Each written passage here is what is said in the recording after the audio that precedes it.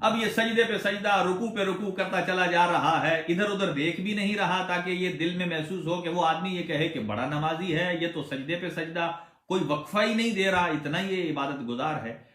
اور جیسے ہی اس نے نماز تمام کی اور پیچھے پلٹ کر دیکھنے لگا، میں دیکھوں تو صحیح کون بندہ ہے، اب تو وہ یقیناً مجھے یہ سند دے گا اور یہ کہے گا اللہ کا اگر روئے زمین پر کوئی نیک بندہ ہے تو تو ہی ہے۔ لیکن جب پلٹ کر دیکھا تو وہ کوئی آدمی نہیں تھا، وہ حیوان تھا کہ جو مسجد کا دروازہ کھلا ہوا تھا، سردی کا موسم تھا، باہر سے گھومتا پھرتا، اس نے جگہ دیکھی، وہ اندر داخل ہو گیا۔ اب روایت میں واقعے میں تو لفظ اور ہے لیکن میں نے حیوان کا لگایا۔ اب مجھے آپ ایک معصومانہ سا جواب دیجئے کہ اس بندے نے جو یہ نماز شب پڑھی ہے وہ اللہ کے لیے پڑھی ہے یا اس حیوان کے لیے پڑھی؟ یقیناً اس کے دل میں جو تھا کہ اس بندے کو خوشنود کرنا ہے، اسے راضی کرنا ہے، اس کے نزدیک اپنا مقام بڑھانا ہے، وہ بندہ تو تھا نہیں، حیوان تھا۔ اب یہ جو اس کی 11 رکعات کی پریکٹس ہے یا آدھے گھنٹے کی جو عبادت ہے، یہ اب رحمان کے لیے نہیں ہے، یہی ایسا عمل ہے جب آخرت میں جائے گا تو اللہ کہے گا کہ یہ عمل تو نے میرے لیے نہیں اس حیوان کے لیے کیا، جاؤ اس حیوان سے اس کا اجر و ثواب طلب کرو۔ یہ ممکن ہی نہیں۔ تو اعمال 2 قسم کے ہیں، میں جلدی تمام کر رہا ہوں، دعائیہ کلمات کے لیے بھی وقت ہے۔ اعمال 2 قسم کے ہیں۔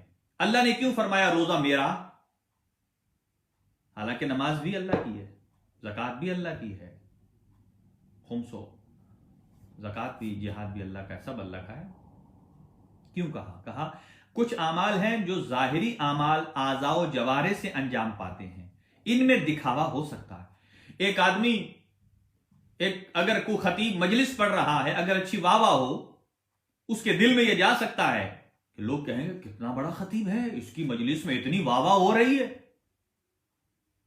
اور اگر ایک عزادار عزاداری کر رہا ہے اور بڑے زور زور سے ہاتھ مار رہا ہے، ہو سکتا ہے اس کے ذہن میں یہ بات آ جائے، وہ کہے دیکھنے والا یہ کہہ رہا ہے ارے بھائی اگر کوئی مولا کا سچا اور بڑا عزادار ہے تو بس اس بندے سے پیچھے عزاداری ختم ہے، اس لیے کہ ہاتھ بھی زور سے مار رہا ہے اور منہ سے آواز بھی کوئی نکال رہا ہے، تو اس کے ذہن میں آ سکتا ہے۔ لیکن میرے دوستو،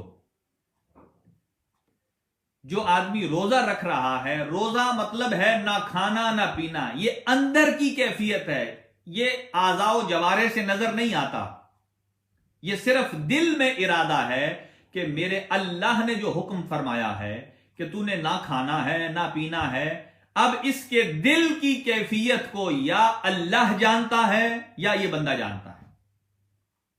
اسی لیے حضرت محمد مصطفیٰ صلی اللہ علیہ وآلہ وسلم نے فرمایا کہ روزہ کیا چیز ہے؟ فرمایا یہ روزہ وہ رابطہ ہے کہ جو عبد یعنی بین عبد و بین خالق ہی، بندے اور اس کے رحمان کے درمیان ہے۔ اگر وہ دن میں زگ زیگ ہو کر کھاتا ہے، پیتا ہے، کسی کو ڈاج دے رہا ہے، کسی کو دھوکے میں رکھ کے کھا پی رہا ہے، تو کسی کو دھوکہ دے سکتا ہے، لیکن یہ روزہ دار اپنے اللہ کو دھوکہ نہیں دے سکتا ہے۔ تو یہ وہ کیفیت ہے روزے کی کہ جو صرف اور صرف اللہ کے لیے روزہ ہوتا ہے۔